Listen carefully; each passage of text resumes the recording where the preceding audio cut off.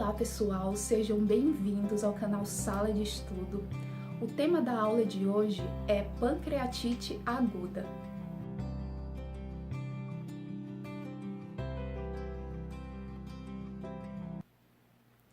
Antes de começarmos a falar sobre a pancreatite aguda, vamos fazer uma revisão da anatomia e fisiologia do pâncreas.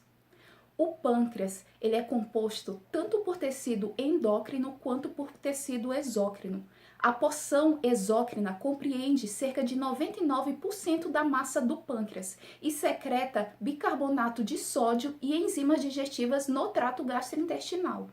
Espalhadas dentro do tecido exócrino se encontram pequenas ilhas, denominadas ilhas de Langerhans, que secretam diretamente no sangue hormônios. Os ácidos pancreáticos liberam enzimas digestivas pancreáticas e bicarbonato de sódio para o ducto pancreático, que se une no finalzinho com o ducto colédoco e se esvazia no duodeno pela papila de Vater, que se encontra envolta no esfíncter de Oddi.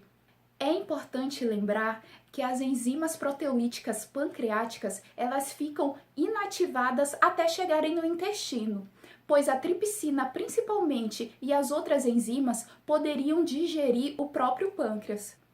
Para que isso não ocorra, os ácidos, eles liberam o inibidor de tripsina. E já que a tripsina ativa as demais enzimas proteolíticas, o inibidor de tripsina acaba inibindo as demais enzimas. Mas o que é a pancreatite aguda? É uma doença inflamatória do pâncreas caracterizada por dor abdominal e aumento sérico da amilase e da lipase. Diferentemente da pancreatite crônica, não ocorre perda estrutural depois que você corrige a causa, ou seja, na pancreatite aguda, quando você trata o paciente, a restituição morfológica e funcional do pâncreas. E qual é a fisiopatologia da pancreatite aguda? Apesar dos mecanismos responsáveis pela pancreatite aguda não estarem bem elucidados, sabe-se que a transformação de uma injúria inicial do pâncreas em uma pancreatite aguda se dá por ativação das enzimas digestivas a nível intracelular e autodigestão. Essa cascata de eventos celulares que levam à ativação de zimogênios pancreáticos em enzimas ativadas, elas envolvem diversas vias, como a ativação do tripsinogênio em tripsina pela catepsina B, que é uma enzima lisossômica, onde no pâncreas hiperestimulado pode causar a fusão do lisossomo com o zimogênio, formando o vacúolo, e nessa situação a catepsina B, ela ativa o tripsinogênio em tripsina. Outra via é a interrupção da sinalização intracelular do cálcio. Geralmente isso ocorre no início da pancreatite aguda e está ligado à obstrução do ducto pancreático. Esse aumento intracelular de cálcio, ele está associado à vacuolização das células acinares e autoativação do tripsinogênio. Como já foi falado, o pâncreas, ele possui mecanismos de defesa para essa autoativação do tripsinogênio, como o inibidor de tripsina. No entanto, se mais de 10% do tripsinogênio for ativado, o inibidor de tripsinogênio se torna ineficiente, podendo assim causar pancreatite. Durante a pancreatite, mediadores inflamatórios e citocinas são liberados, como fator de necrose tumoral, fator de ativação plaquetária e interleucina 6, recrutando assim células inflamatórias que causam injúria ao pâncreas. A geração de mediadores pró-inflamatórios pode causar a síndrome inflamatória de resposta sistêmica, em que há o acometimento de órgãos distantes, como os pulmões e os rins, causando até falência de múltiplos órgãos. Essa síndrome inflamatória de resposta sistêmica e a infecção do pâncreas são as principais causas de morte na pancreatite aguda. Mas o que causa a pancreatite aguda?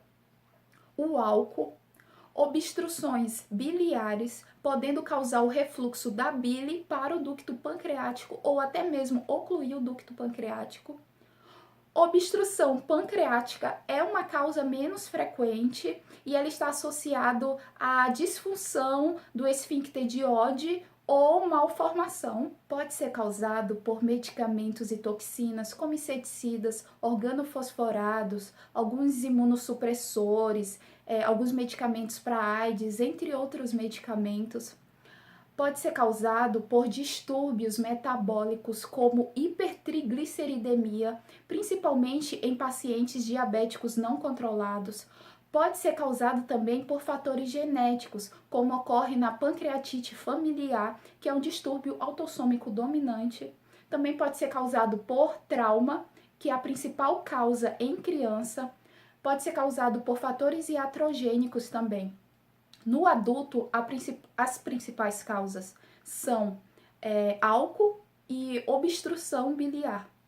E quais são as manifestações clínicas do paciente?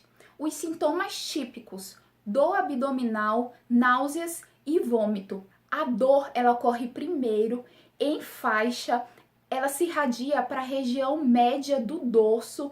Ela se difere das cólicas intestinais porque ela ocorre de forma constante e ela não é aliviada com os episódios de vômito. Pode ocorrer icterícia, mesmo naqueles casos de pancreatite não induzida por cálculos. Isso ocorre porque, em muitos casos, o pâncreas ele se torna edemaciado, contraindo assim o ducto biliar. No caso de episódios mais intensos da pancreatite aguda, o paciente ele pode cursar com taquicardia, taquipneia e uma hipertermia leve.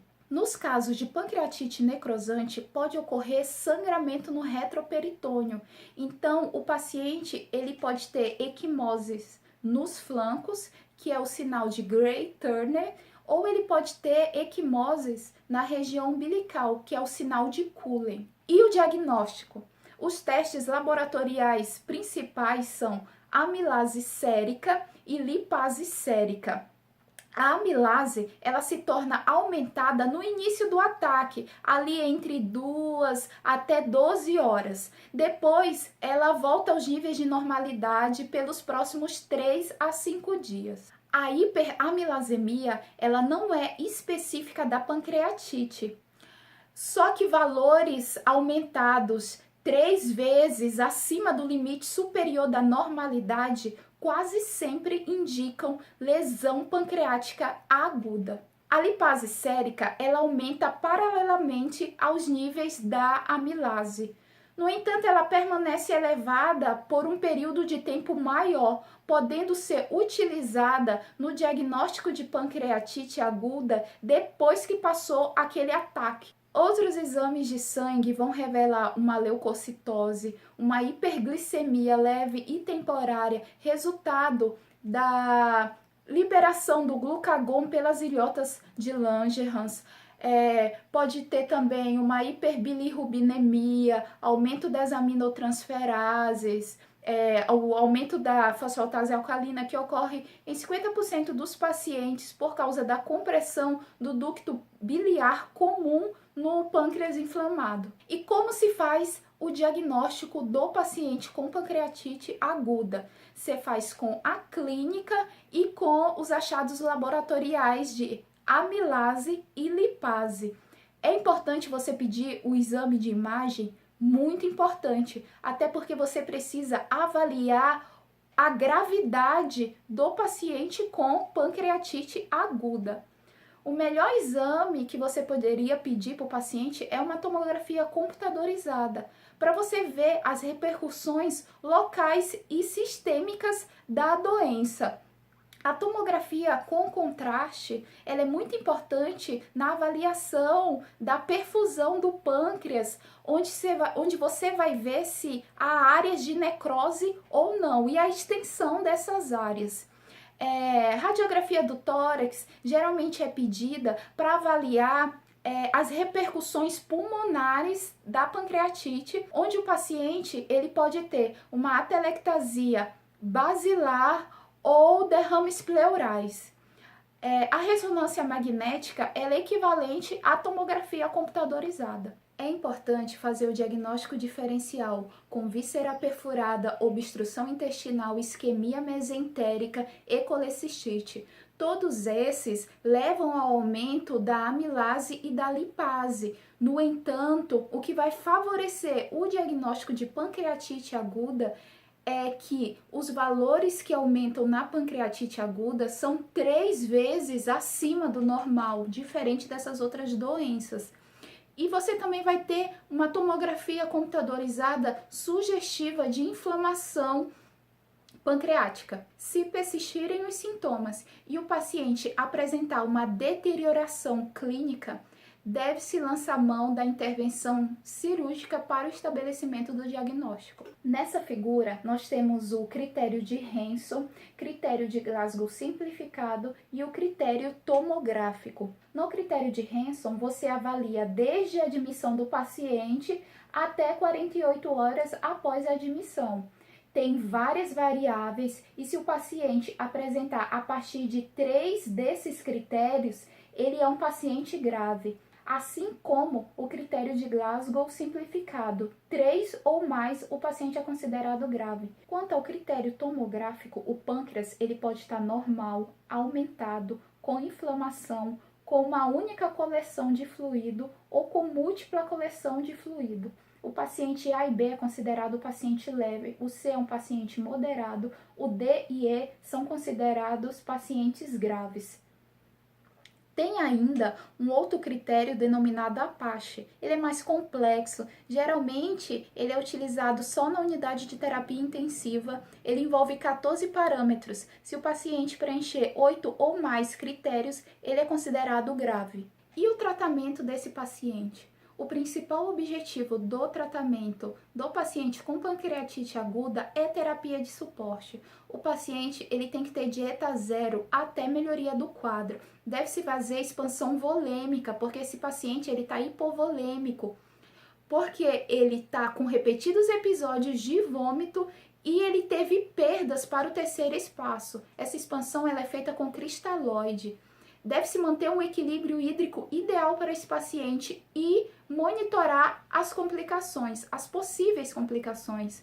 80% desses pacientes não complicam. Não deve ser feito antibiótico profilático nos pacientes com pancreatite aguda não complicada. Os pacientes com pancreatite decorrente de cálculo biliar, você pode fazer uma colecistectomia. Os pacientes que têm pancreatite decorrente de uma hipertrigliceridemia, eles geralmente são tratados com estatinas a fim de diminuir os níveis séricos de triglicerídeos, melhorando o quadro do paciente. E para os casos de complicações locais, você sempre deve pensar em pancreatite necrosante nos pacientes que têm pancreatite aguda, moderada ou grave, que não está tendo melhora do quadro clínico, está evoluindo com leucocitose e já tem evidências de sepse. Se há suspeita de pancreatite necrosante, deve ser feita uma tomografia computadorizada abdominal com contraste em caráter de urgência e aspiração de qualquer coleção líquida para coloração de GRAM e cultura. Deve-se iniciar antibiótico terapia para cobrir organismos entéricos gram-negativos e anaeróbicos. Os antibióticos com maior penetrância no tecido pancreático são imipenem, cilastatina, metronidazol e fluoroquinolonas. O paciente com pancreatite necrosante deve ter um monitoramento clínico cuidadoso, deve-se realizar tomografias computadorizadas dinâmicas repetidas a fim de monitorar a progressão da doença e se o paciente ele não melhorar, se ele continuar deteriorando, deve-se considerar intervenção cirúrgica. Pseudocistos ocorrem em 10 a 20% dos casos. Aqueles pseudocistos pequenininhos, eles tendem a desaparecer sem um tratamento específico, mas aqueles pseudocistos maiores que 5 centímetros, o tratamento é uma drenagem cirúrgica interna para o estômago ou para o intestino. E as complicações sistêmicas? As principais complicações sistêmicas são insuficiência renal e insuficiência respiratória. A insuficiência renal ocorre pela hipovolemia, pela diminuição da perfusão renal. O tratamento consiste na correção das anormalidades de líquidos e eletrólitos. Já os pacientes com insuficiência respiratória acredita-se ser decorrente da inflamação infradiafragmática, imobilização respiratória e atelectasia. Alguns pacientes evoluem para formas semelhantes à síndrome de angústia respiratória aguda. Esses pacientes, eles têm um prognóstico sombrio e frequentemente evoluem para óbito. A terapia cirúrgica para pancreatite infecciosa, ela se dá por debridamento e verificou-se melhores resultados naqueles pacientes que atrasaram a cirurgia por 12 dias, que foi o período em que a necrose se organizou. É importante lembrar que, com exceção da pancreatite alcoólica, a pancreatite aguda raramente evolui para uma pancreatite crônica. Então é isso, pessoal. Bom estudo. Espero que vocês tenham gostado da aula e até a próxima.